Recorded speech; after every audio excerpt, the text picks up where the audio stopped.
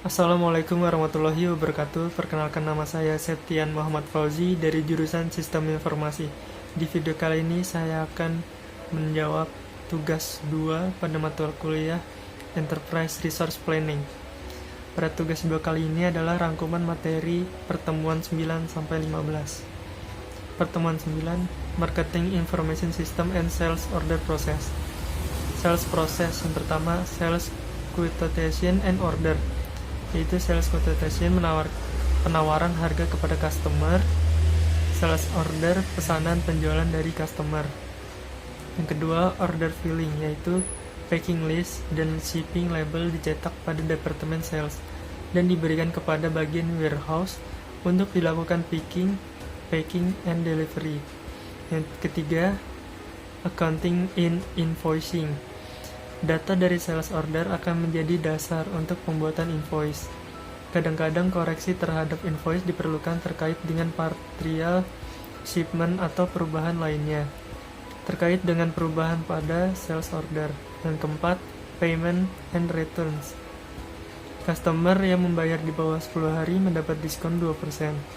Nota debit dari customer terkait dengan return maupun klaim produk cacat juga perlu menjadi perhatian. Event pada SAP ERP. Yang pertama, pre-sale activity. Customer bisa mendapatkan penawaran harga melalui inquiry ataupun quotation. Beda inquiry dengan quotation. Quotation sifatnya tertulis dan mengikat untuk suatu jangka waktu tertentu.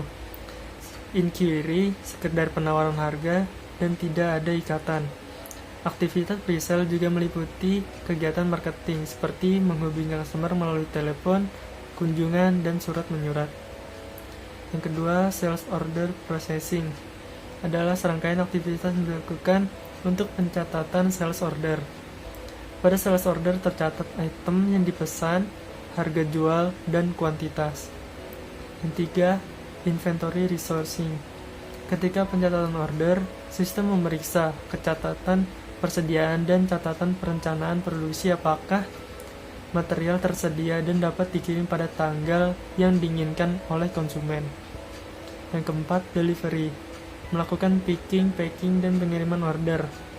Proses pengiriman dibuat sehingga aktivitas warehouse dapat efisien, seperti kombinasi order yang sama untuk picking, pengelompokan order berdasarkan metode dan tujuan. Dokumen picking, packing, dan shipping akan ditransfer ke modul material management, sehingga aktivitas picking, packing, dan shipping dapat dilakukan. Yang kelima, billing. Selanjutnya, sistem membuat invoice berdasarkan data sales order ke dalam dokumen invoice. Accounting mencetak dan mengirim kepada customer. Catatan accounting diperbarui pada titik ini untuk mencatat penjualan, debit AR, dan kredit sales. Selanjutnya catatan akun terupdate secara otomatis. Yang keenam, payment. Ketika customer melakukan pembayaran dicatat pada sistem ERP, debit cash, dan debit AR. Lanjut pertemuan 10, proses produksi dan SCM. Tujuan production planning, menjadwalkan produksi secara ekonomis sehingga perusahaan dapat mengirimkan produk kepada customer sesuai dengan tanggal yang dijanjikan dalam arti yang paling efisien. 3 pendekatan produksi. Yang pertama, make to stock. Item dibuat untuk persediaan untuk mengantisipasi sales order. Kebanyakan produk konsumen seperti sabun, snack dibuat secara seperti ini. Yang kedua, make to order. Item diproduksi untuk memenuhi spesifikasi dari konsumen. Perusahaan sering menggunakan pendekatan ini ketika memproduksi item yang terlalu mahal untuk disimpan sebagai persediaan item atau dibuat dan konfigurasikan berdasarkan spesifikasi customer, seperti percetakan, pesawat udara, dan peralatan besar industri. Yang ketiga, assembler to order. Item diproduksi menggunakan kombinasi dari proses MTS dan MTO. Proses akhir dirakit berdasarkan order dari komponen MTO seperti komputer rakitan. Lanjut pertemuan 11, Sales and Operation Process. Enterprise Resource Planning berakar dari Material Requirement Planning. MRP masih merupakan suatu bagian dari sistem ERP. Supply Chain Management melihat kepada seluruhan sistem supply dari bahan baku sampai kepada barang jadi pada rak pengecer. 3 prinsip penting. Yang pertama, menggunakan sales forecast dan berdasarkan tingkat persediaan yang ada, membuat perencanaan agregat untuk semua produk. Perencanaan agregat menyederhanakan proses perencanaan untuk interval waktu bulanan maupun 4 bulanan. Yang kedua, memecah perencanaan agregat menjadi perencanaan produksi yang lebih spesifik untuk masing-masing produk ke dalam interval waktu yang lebih kecil. Ketiga, menggunakan perencanaan produksi untuk menentukan kebutuhan bahan baku. Pertemuan 12, Material Requirement Process. MRP menjawab material apa, berapa banyak, dan kapan harus diorder untuk mencapai target produksi. Yang pertama, Bill of Material atau BOM.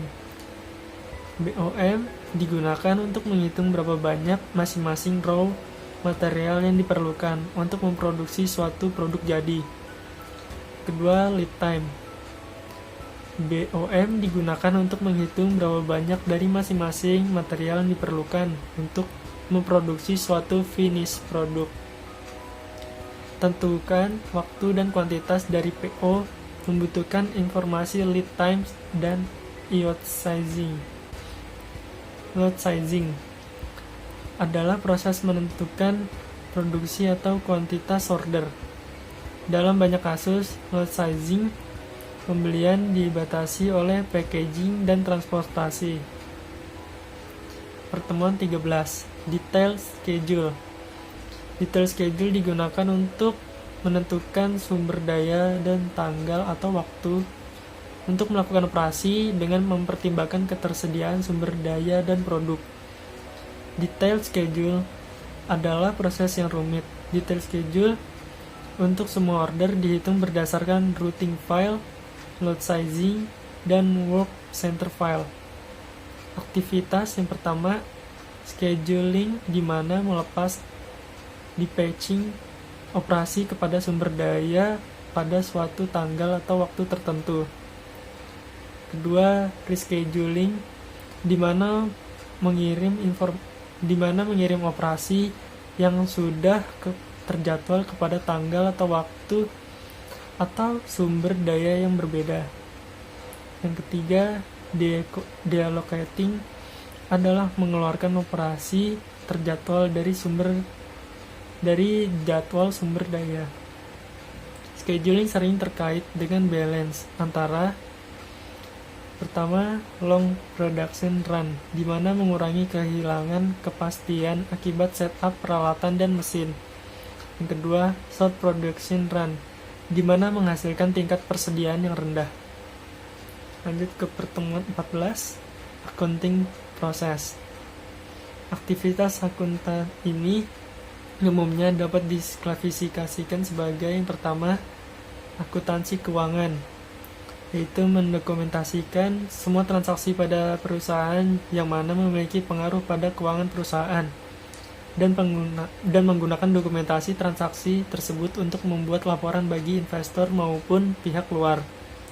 Laporan-laporan ini disebut sebagai laporan keuangan. Laporan keuangan umumnya meliputi neraca dan laporan laba rugi. Pada umumnya, perusahaan membuat laporan keuangan per kuartal. Yang kedua, akuntansi manajerial, berkaitan dengan penentuan cost dan profitability pada suatu aktivitas perusahaan. Tujuan dari akuntansi manajerial adalah menyediakan informasi terperinci untuk pembuatan keputusan, membuat budget, menentukan keuntungan dari produk tertentu, regional tertentu, atau kampanye pemasaran. Akuntansi manajerial menghasilkan informasi yang mana digunakan oleh manajer untuk mengendalikan aktivitas perusahaan sehari-hari dan membuat perencanaan jangka panjang untuk operasi, pemasaran, kebutuhan personalia. pembayaran hutang, ataupun yang lain. Kebutuhan terkait dengan laporan akuntansi manajerial dapat berbeda antar perusahaan. Neraca.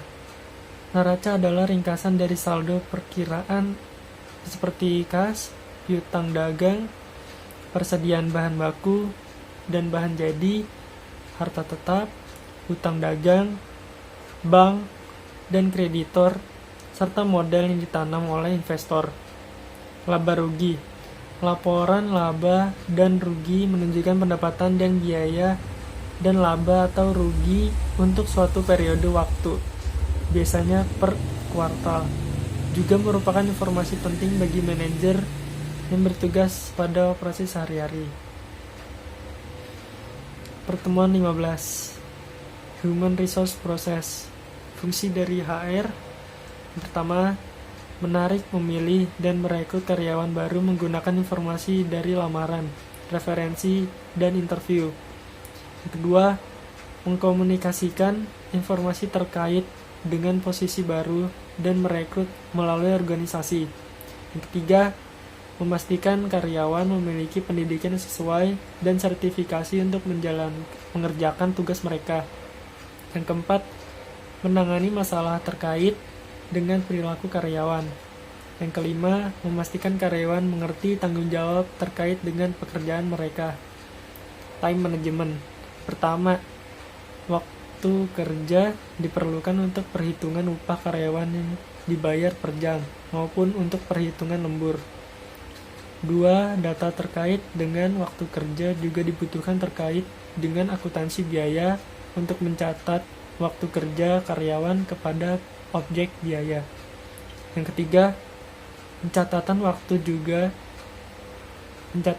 kerja juga untuk cuti, izin, sakit, dan perjalanan dinas. Payroll processing. Yang pertama, proses pengajian adalah penting untuk memastikan upah dibayar dengan benar dan tepat waktu. Kedua, elemen penting pada proses payroll adalah perhitungan upah, kesejahteraan, potongan jam sostek, dan perpajakan. Travel management. Pertama, bagi perusahaan yang karyawannya banyak melakukan perjalanan dinas, maka pencatatan PD menjadi hal yang terpenting. Kedua, PD membutuhkan approval reservasi kendaraan dan akomodasi. Yang ketiga, PD membutuhkan perhitungan biaya perjalanan dinas. Yang keempat, PD menjadi informasi bagi bagian kas accounting untuk pembebanan. Training and development. Yang pertama, training dan pengembangan diperlukan untuk meningkatkan kemampuan kontribusi karyawan kepada organisasi. Yang kedua, HR merencanakan dan menjadwalkan training dengan baik agar training menjadi efektif. Yang ketiga, training dan development adalah penting untuk perencanaan pensiun, perencanaan karir, dan talent management. Yang keempat, development program juga meliputi rotasi kerja. Sekian tugas yang sudah saya buat, kurang lebihnya mohon maaf. Wassalamualaikum warahmatullahi wabarakatuh.